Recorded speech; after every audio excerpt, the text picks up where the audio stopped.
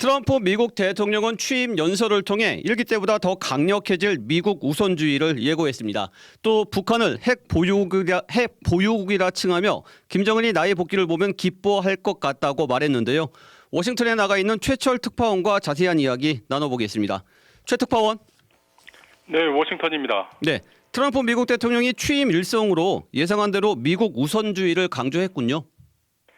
네, 추운 날씨 탓에 실내인 미 의사당 중앙홀에서 진행된 취임식에서 트럼프 대통령은 시종일관 미국 우선주의를 설파했습니다. 들어보시겠습니다. 미국의 황금기가 시작됩니다. 우리는 모든 국가가 부러워하는 나라가 될 것이며 트럼프 행정부에선 단 하루도 더 이상 남들에게 이용당하지 않을 것입니다. 트럼프 대통령은 먼저 미국을 위협과 침략으로부터 방어하는 것이 무엇보다 중요하고 전례 없는 수준으로 이를 이행할 것이라며 힘을 통한 평화를 시사했습니다. 평화 중재자와 통합자의 역할을 강조하며 장기화되고 있는 우크라이나 전쟁 해결에 대한 의지도 내비쳤습니다. 연장선상에서 그는 지금 중국이 운영하고 있는 파나마 운하를 되찾아오겠다며 중국을 견제하기도 했는데요. 그린란드 소유권에 대해서도 트럼프 대통령은 국제 안보를 위해 필요하다면서 중국의 선박과 군함이 도처에 있고 덴마크는 그린란드를 유지할 수 없다고 말했습니다. 네, 우리에겐 트럼프 대통령의 주요 공약이었던 보편 관세나 통상 문제 등 경제 관련 이슈도 관심 사항이잖아요.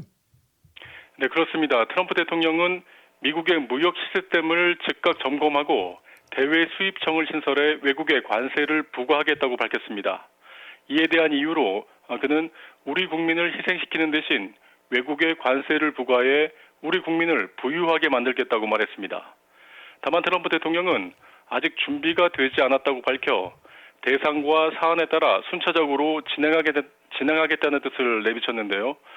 또한 트럼프 대통령은 미국 무역대표부에 기존 무역협정을 재검토하라고 지시했습니다.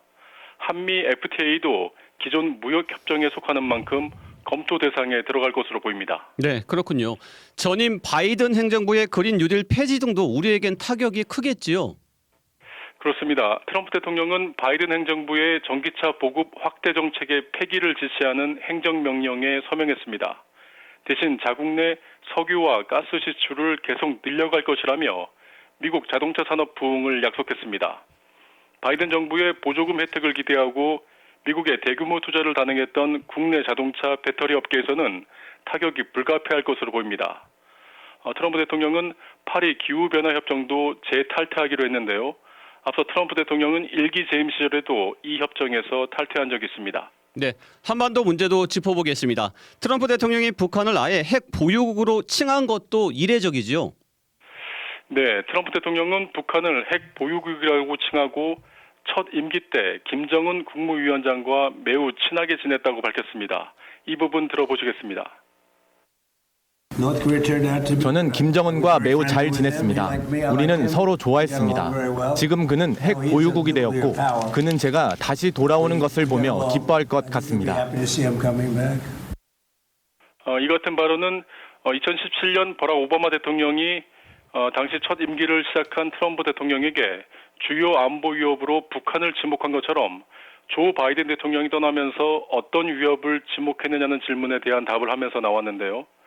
지금까지 미국 정부는 북핵을 공식적으로 인정하지 않았는데 입장 변화가 있는 건지에 대한 논란일 것으로 보입니다.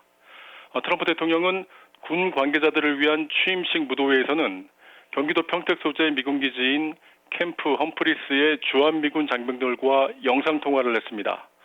동맹국들의 방위비 확대를 강조하는 트럼프 대통령이 취임 직후 해외 주둔 장병과 첫 소통을 하면서 주한미국을 택한 배경이 주목됩니다. 네, 4년 전이지요. 1월 6일 의사당 폭력 사태 관련자들에 대한 사면도 단행했네요. 네, 그렇습니다. 첫 행정명령으로 이렇게 했는데요. 트럼프 대통령은 행정명령을 통해 4년 전 폭동 사태로 기소된 자신의 지지자 1,500명을 사면하고 14명을 감형했습니다. 또 남부 국경에 국가 비상사태를 선포하고 군대를 배치해 모든 불법 입국자를 구금하겠다고도 말했습니다. 출생 시민권 제도도 손보겠다고 했고요. 그리고 틱톡과 관련해서는 미국과 중국이 합작 투자하는 방식을 제시하면서 틱톡 금지법의 75일 유예를 결정했습니다. 지금까지 워싱턴에서 전해드렸습니다.